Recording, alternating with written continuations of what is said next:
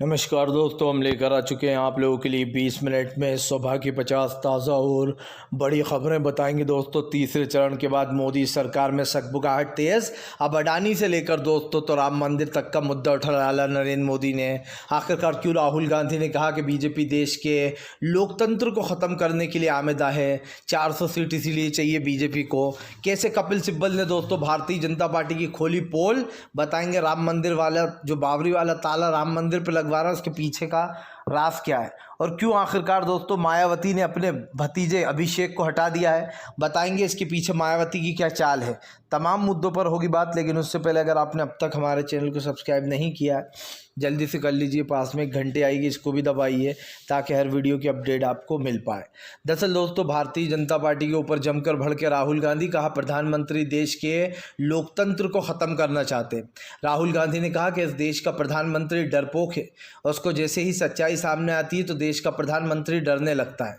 यही नहीं दोस्तों, तीन चरणों के बाद प्रधानमंत्री नरेंद्र मोदी पूरी तरीके से बौखला चुके हैं। सब जानते हैं दोस्तों कि फिलहाल अभी जो मुकाबला चल रहा है उसमें इंडिया गठबंधन को बम्पर जीत मिल रही है, और अगर यही ट्रेंड चलता रहा दोस्तों 8 चरण के चुनाव तक, 6 से 7 चरण के चुनाव तक, तो ये समझ लीजिए कि बीजेपी का सूपड़ा साफ होने जा रहा है। आपको बता दें चले सबसे बड़ी बात, इस चरण में राहुल गांधी ने कहा कि फिलहाल देश की जनता एकजुट होकर वोट डाल रही है, जबकि सरकार सिर्फ अपने चुनावी फ़ायदों के लिए दोस्तों जनता को भड़काने में लगी है। वो चाहती है कि इस बार भी जनता बढ़ जाए और हिंदू मुसलमान के मुद्दे पर बीजेपी को वोट दे दे। मैं तो लोगों से यही अपील करता हूं दोस्तों कि राहुल गांधी की बात समझिए, सुनिए। ये नहीं है दोस्तों, हमारे देश में कभी भी, इससे पहले भी कई सरकारें बदली आई और गई, कभी भी धर्म के आधार पर हम लोगों ने ये जज नहीं किया कि कौन सी सरकार कैसा काम करती है, लेकिन इस पर ज़रूर जज किया किसने। हाँ तो दोस्तों ये तो साफ़ ही हो जाता है कि फ़िलहाल सरकार की नीतियाँ सबके सामने आ चुकी हैं। आपको बताते चले दोस्तों फ़िलहाल प्रधानमंत्री नरेंद्र मोदी के ऊपर जमकर भड़के अखिलेश यादव। कहा बीजेपी को तीनों चरणों में पता चल गया है, बीजेपी चुनाव हार रही है। यही नहीं, अखिलेश यादव ने बीजेपी पर निशाना साधते हुए कहा कि फ़िलहाल मायावती और बीजेपी दोस्तों आपस में मिले हुए हैं, उनको मायावती यानी कि बीएसपी को वोट देकर बिल्कुल भी ख़राब ना करें। दरअसल आपको बताते चले दोस्तों फ़िलहाल मामला गड़बड़ा गया है। ऐसा दूसरी तरफ अखिलेश यादव ने बीजेपी को लपेटे में लेते हुए कहा कि प्रधानमंत्री को जब वोट नहीं मिलते तो प्रधानमंत्री धर्म की राजनीति करना शुरू कर देते हैं। अखिलेश यादव ने कहा कि बीजेपी के पास पिछले 10 सालों का कोई लेखा जोखा नहीं है कि उत्तर प्रदेश में 7 साल में और पूरे देश में 10 साल में बीजेपी ने क्या किया। आपको बता दें दोस्तों फ़िलहाल 10 साल का ब्यौरा बताता है कि बीजेपी पूरी तरीके से फेल हो चुकी है। सबसे बड़ी बात यह है कि देश की जनता दोस्तों जिस मुद्दों पर बात कर रही है, जिस मुद्दों पर वोट देने की अपील की जा रही है, उसको लेकर कहीं ना कहीं सरकार पूरी तरीके से घिर चुकी है। यही कारण है जो दोस्तों अखिलेश यादव ने बीजेपी को जमकर लपेटा। अखिलेश ने कहा कि देश की जनता बदलाव चाहती है, और हर चरण में दोस्तों ये साबित होता चला जा रहा है कि बीजेपी चुनाव हार रही है। अखिलेश यादव ने कहा कि बीजेपी ने तीसरे चरण में खुलकर बेईमानी की। संभल में दोस्तों सबने देखा कैसे सपा प्रत्याशी के वोटरों को डराने धमकाने की कोशिश की गई, उनको दोस्तों भगाया गया। खास करके अब सपा की पर्चियों पर तो पानी भी डाल दिया गया। ये तमाम चीज़ें होती हुई दिखाई दे रही हैं, जिसको लेकर समाजवादी पार्टी ने जमकर भड़ास भी निकाली। अखिलेश ने साफ कहा कि इस बार बीजेपी कितनी बेईमानी कर ले वो चुनाव नहीं जीत पाएगी। दोस्तों सबसे बड़ी बात यह है कि इन चरणों में लोगों को आने वाले जो बाकी के चरण हैं उसमें जनता को बहुत उम्मीदें हैं। हम तो यही उम्मीद करते हैं दोस्तों कि आने वाले समय के जितने भी 4 चरण और हैं दोस्तों उसमें भारतीय जनता पार्टी का सूपड़ा साफ होने वाला है, क्योंकि इन चरणों में एक चीज़ तो साबित हो गई कि जनता अब मुद्दों पर वोट देना चाहती है, ना कि दोस्तों मंदिर मस्जिद या हिंदू मुसलमान पर वोट देगी अपने। आपको बताते चले दोस्तों फ़िलहाल प्रधानमंत्री नरेंद्र मोदी के ऊपर जमकर भड़कते हुए नजर आए दोस्तों कपिल सिब्बल बोले प्रधानमंत्री का बयान बहुत ही शर्मनाक और किसी एक धर्म को टारगेट करने वाला है। दरअसल दोस्तों मुझे लगता है चुनाव आयोग को अपना नाम सच में अब नामकरण करके मोदी आयोग रख देना चाहिए, क्योंकि नरेंद्र मोदी के खिलाफ एक्शन लेने का हिम्मत चुनाव आयोग में नहीं है। सीधी सी बात है। मैं ऐसा क्यों कह रहा हूं दोस्तों, नरेंद्र मोदी ने अभी खुलेआम एक बयान दिया जिसमें वो अपने भाषण में कहते हैं कि मुझे 400 सीट इसलिए चाहिए कि कांग्रेस जो है वो राम मंदिर जो बाबरी वाला ताला था वो राम मंदिर में ना डाल पाए। मतलब आप समझिए मुस्लिम समाज को इसमें भी टारगेट कि जो मस्जिद में ताला डाला गया था बाबरी में, वही ताला जो है कांग्रेस मंदिर में न डाल दे। एक तरीके से दोस्तों प्रधानमंत्री बयानबाजी कर रहा है। इसको लेकर तो साफ दिखाई दे रहा है दोस्तों, जो प्रधानमंत्री कह रहे हैं कि बाबरी का ताला राम मंदिर में डाल देंगे। अभी कुछ दिन पहले तक तो छाती पीटते फिरते थे कि हमने मस्जिद की जगह मंदिर बनवाया। मतलब आए दिन मुस्लिमों के ऊपर निशाना साधना और फिर उस पर अपनी गंदी राजनीति करना, यही इस देश के प्रधानमंत्री की कहानी है। कपिल सिब्बल ने कहा कि दरअसल बीजेपी का मकसद ही है वो 400 सीट संविधान बदलना है। क्या दोस्तों प्रधानमंत्री को ये पता नहीं है कि बीजेपी के नेता संविधान बदलने के लिए कोर्ट में याचिकाएं दे रहे हैं, उनकी याचिकाएं खारिज की जा रही हैं। एक तरफ नरेंद्र मोदी कहते हैं कि कांग्रेस झूठ फैला रही है कि हम देश का संविधान बदल देंगे, अगर हमें बदलना होता तो पिछले 10 साल में हमने बदल दिया होता। आप हिम्मत तो करिए बदलने की, फिर देखिए देश की जनता कैसे सड़कों पर आती है। यही नहीं दोस्तों, इस देश में किसी के भी बाप में इतना दम नहीं है कि वो इस देश का संविधान बदल दे। लेकिन हाँ, बीजेपी प्रयास ज़रूर करती है दोस्तों, क्योंकि अभी जो चीज़ें हो रही हैं अंधभक्तों को खुश करने के लिए किया जाता है कि ऐसे बयानबाजी। कोई आप समझिए किसी नेता में इतना दम हो सकता है क्या दोस्तों कि वो पार्टी के बड़े नेताओं से मिले बिना इस तरीके की बयानबाजी करे? इनको बाकायदा इंस्ट्रक्शन दी जाती है कि तुम लोग ऐसी बयानबाजी करो ताकि जो वोटर, अंधभक्त वोटर थे जो इसी बातों पर वोट देते वो हमें वोट दें और हम कहेंगे कि ऐसा कुछ नहीं है। मतलब कि दोस्तों चित भी मेरी और पट भी मेरी। आपको बता दें चले दोस्तों, भारतीय जनता पार्टी के ऊपर जमकर भड़कते हुए नजर आई दोस्तों अखिलेश यादव। अखिलेश ने मायावती को लिया लपेटे में। दरअसल आपको बता दें चले दोस्तों, मायावती ने अपने भतीजे, जिसको दोस्तों पूरी कमान सौंपी थी अभिषेक को, उनसे अपनी कमान वापस ले लिए। लेकिन रीज़न सुनिए, बड़ा मज़ेदार है। मीडिया आपको हर कुछ बता रहा है। सही रीज़न ये है दोस्तों कि आकाश जब से आए थे वो नरेंद्र मोदी और अमित शाह के ऊपर हमलावर थे, पूरी बीजेपी के ऊपर। जबकि दोस्तों माना ये जाता है कि मायावती बीजेपी के लिए सॉफ्ट कॉर्नर रखती हैं। जब से बीजेपी ने मायावती की कई प्रॉपर्टियां हड़प ली थी, उनके ऊपर छापे पड़े थे, जेल जाने की नौबत आई थी, तब माना यह जाता है कि उनसे एक डील हुई थी, आप हमारे खिलाफ लड़ोगी, चुनाव नहीं लड़ा करोगी, उल्टा हमें फ़ायदा कराया करोगी। इसी उस पर मायावती को अब तक छोड़ रखा है। वरना आप समझिए इतने बड़े बड़े नेता जेलों में जा रहे हैं, मायावती बाहर है घोटाला करने के बाद भी। बात सिर्फ ये नहीं है दोस्तों, जिस दिन से आकाश आए थे उस दिन से वो दोस्तों बीजेपी पर हमलावर थे। कभी वो अखिलेश की तारीफ़ कर रहे थे, जबकि मायावती दोस्तों अखिलेश की कट्टर दुश्मन मानी जाती हैं कि मायावती अखिलेश से कट्टर दुश्मनी निभाती हैं। लेकिन दोस्तों यहाँ पर आकाश ने कांग्रेस की भी तारीफ़ की है और वो लगातार मोदी सरकार को आईना दिखा रहे थे बेरोज़गारी पर, महंगाई पर। बस यही बात मायावती को दोस्तों बुरी लग गई और उन्होंने उल्टा आकाश को वापस, जो उत्तराधिकारी उन्हें बनाया था, उनसे अपनी सारी जानकारी, मतलब अपनी पूरी जिम्मेदारी वापस ले ली है। इससे एक ही चीज़ हमारे सामने आती है दोस्तों कि फ़िलहाल मायावती इस चुनाव में एक भी सीट नहीं जीत रही हैं। ये दावा अखिलेश ने किया। अखिलेश ने कहा कि मायावती को वोट देकर, यानी कि बीएसपी को वोट देकर अपना वोट बर्बाद मत करना, इंडिया गठबंधन को अपना वोट देना, क्योंकि बीएसपी को इस चुनाव में एक भी सीट मिलने नहीं जा रही है। ये अखिलेश यादव ने दावा कर दिया है। और दोस्तों ये दावा कोई हवा में नहीं हुआ, ये बात बिल्कुल सच है।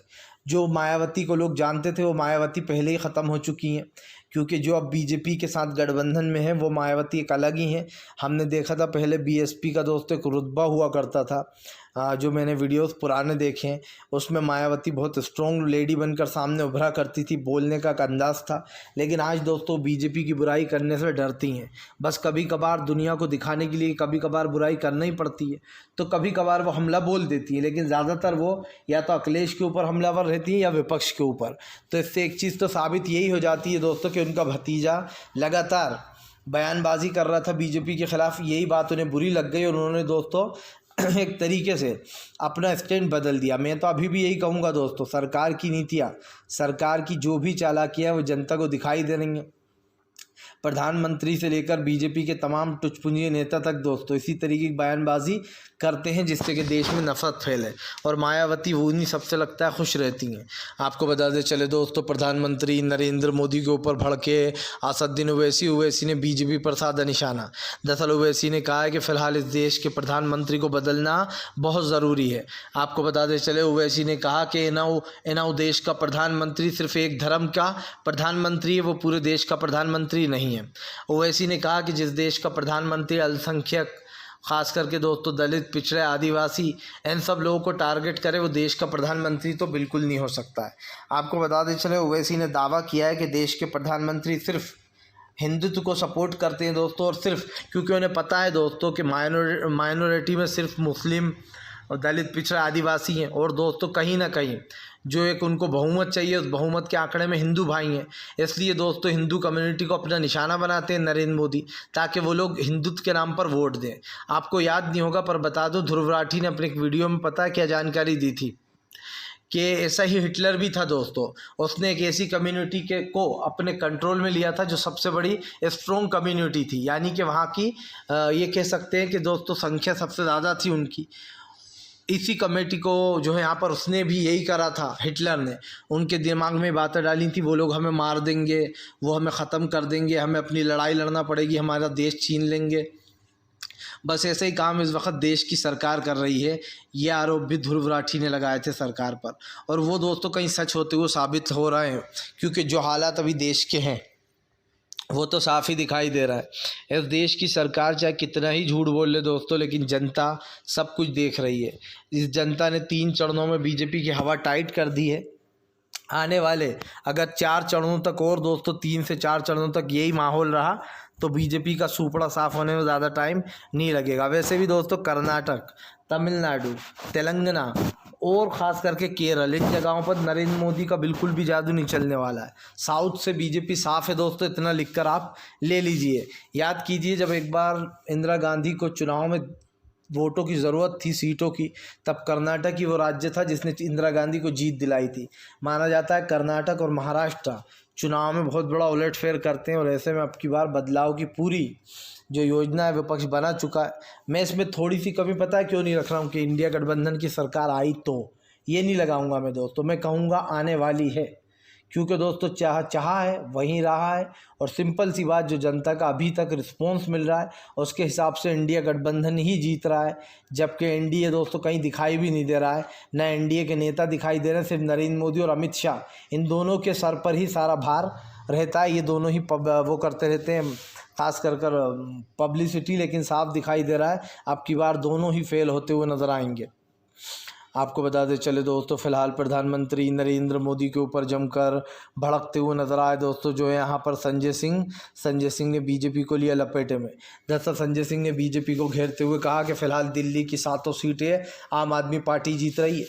उन्होंने कहा कि फ़िलहाल 4 पर आम आदमी पार्टी, 3 पर कांग्रेस है, लेकिन सीटें 7 आम आदमी पार्टी की ही हैं। आपको बता दें संजय सिंह ने ऐलान किया कि फ़िलहाल बीजेपी इस चुनाव में बहुत बुरी तरीके से हार रही है। उन्होंने कहा कि देश के संविधान को बीजेपी धीरे धीरे कर ख़त्म कर रही है, और इस चीज़ को दोस्तों बर्दाश्त नहीं किया जाएगा। मैंने पहले भी कहा है दोस्तों, और फिर कहूँगा कि देश के लोकतंत्र को बचाने के लिए इंडिया को एक एक अपना कीमती वोट इंडिया गठबंधन को दीजिए। इससे होगा ये दोस्तों कि बीजेपी बाई चांस अगर बेईमानियां भी करती है जगह जगह ईवीएम में, तो भी दोस्तों चुनाव जीत नहीं पाएगी, क्योंकि जब वोटिंग छप्पड़ फाड़ होती है दोस्तों तो भारतीय जनता पार्टी कुछ नहीं कर पाती। हालांकि ये आरोप तो अभी से लग गया बीजेपी पे कि 5.5% वोटिंग प्रतिशत बढ़ा दिया गया है। लास्ट में दोस्तों 5.5% कैसे बढ़ सकता है? How is possible? आप समझिए, हाउ इज़ पॉसिबल, ये क्या पॉसिबल हो सकता है दोस्तों कि आधे से 1 घंटे के अंदर 5.5% वोटिंग बढ़ जाए? जबकि दिन भर से वोट डल रहे थे तब तो नहीं बढ़ी। लेकिन अचानक से जब चुनाव का एंड टाइम पर मल्लिकार्जुन खड़गे ने कहा था कि जब चुनाव के रिजल्ट जारी करे बीजेपी ने, ऐसा पहली बार हुआ है कि चुनाव आयोग ने दोस्तों फर्स्ट एंड सेकंड फेज़ का डेटा रिलीज़ करने में बहुत टाइम लगा दिया। तो अब आप समझ सकते हैं कि फ़िलहाल इस चीज़ को लेकर अलग घमासान मचा हुआ है, जहाँ पर वोटिंग परसेंटेज बढ़ा दिया गया है अपने आप। और मुझे तो दोस्तों दाल में कुछ काला नज़र आ रहा है। जो लोग हारने लगते हैं दोस्तों, वो लोग मारने लगते हैं, और जो हारते हैं वो दोस्तों कभी जीत नहीं पाते हैं। इसीलिए बीजेपी कितनी कोशिश कर ले, देश का प्रधानमंत्री तो अब की बार नरेंद्र मोदी नहीं बन पाएंगे। सिंपल सी बात है। आपको बताते चले दोस्तों, हरियाणा सरकार पर लटक रही तलवार, अब दुष्यंत चौटाला ने खुला समर्थन कांग्रेस को कर दिया है। दरअसल दोस्तों हरियाणा में अल्तमत में सरकार आ गई है। पहले ही जेजेपी ने जो है बीजेपी का साथ छोड़ दिया था, और अब आपको बताते चले दोस्तों जेजेपी ने तो साथ छोड़ ही दिया था, लेकिन इसी के साथ साथ अब जो 3 निर्दलीय विधायक हैं उसने भी हरियाणा में बीजेपी का साथ छोड़ दिया है, और वो तीनों कांग्रेस में जाकर शामिल हो गए। उनका कहना है कि हम कांग्रेस को समर्थन करेंगे। ये ऐसे वक्त हुआ है दोस्तों जब लोकसभा के चुनाव हो रहे हैं। आपको बताते चलें हरियाणा में ये बीजेपी को एक बड़ा झटका माना जा रहा है। हालांकि दोस्तों बीजेपी पूरी कोशिश कर लेगी, और मुझे तो लगता है शायद सरकार बचा भी ले, लेकिन फ़िलहाल सरकार डेंजर में आ गई है। अब वो किस तरीके से बचाएगी वो ही जाने दोस्तों। लेकिन एक चीज़ तो साफ़ हो चुकी है कि जब बात बीजेपी की सरकार गिरने की आती है तो क्योंकि अभी बीजेपी के पास अभी भी पूरी ताकत है दोस्तों उसके पास, लेकिन दोस्तों सत्ता बदल से ही गेम बदल जाएगा। इसलिए शायद अब लोग भी समझ गए कि अब बीजेपी का कुछ बचा नहीं है।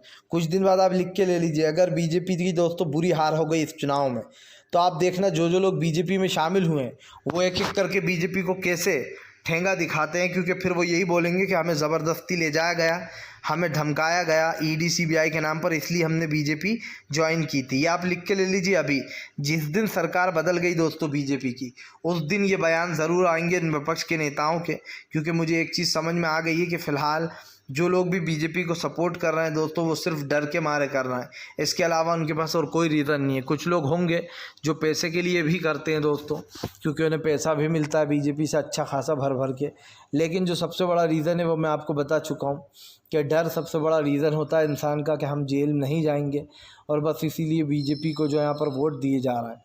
एक चीज़ तो साफ़ हो चुकी है कि फ़िलहाल प्रधानमंत्री ईन पीन पौने तीन करें, लेकिन देश की जनता ने तय कर लिया अब सरकार हम बदल कर रहेंगे दोस्तों। प्रधानमंत्री से लेकर बीजेपी के दूसरे नेताओं तक की ये बातें जो यहाँ पर सामने आ रही, तो एक चीज़ तो ये साफ़ है कि फ़िलहाल अब तमाम मुद्दों पर सरकार को घेरने में लग गया है विपक्ष, और विपक्ष ने अपना पूरा प्लान दोस्तों तैयार कर लिया है। आपको बताते चले दोस्तों, प्रधानमंत्री नरेंद्र मोदी ने लालू प्रसाद पर बोला हमला तो तेजस्वी ने किया पलटवार। दरअसल दोस्तों प्रधानमंत्री ने कल कहा कि लालू प्रसाद यादव ने जो खास करके जानवरों के लिए जो चारा दिया था वो पूरा चारा वो खुद खा गए और खाकर बैठे हुए हैं, उनके ऊपर कार्रवाई चल रही है। अब आप समझिए दोस्तों, इस देश का प्रधानमंत्री लालू प्रसाद यादव से कह रहा है कि वो जो चारा गऊ माताओं के लिए या फिर दोस्तों जानवरों के लिए भेजा गया था वो चारा बेचकर गमन करके खुद खा गए लालू प्रसाद यादव, जिसको लेकर अब तेजस्वी ने भड़ास निकाली है। तेजस्वी ने कहा कि प्रधानमंत्री के पास और कुछ मुद्दे तो हैं नहीं, कभी वो लालू प्रसाद यादव को घेरते हैं तो कभी दोस्तों उनको घेरते हैं रीवा को।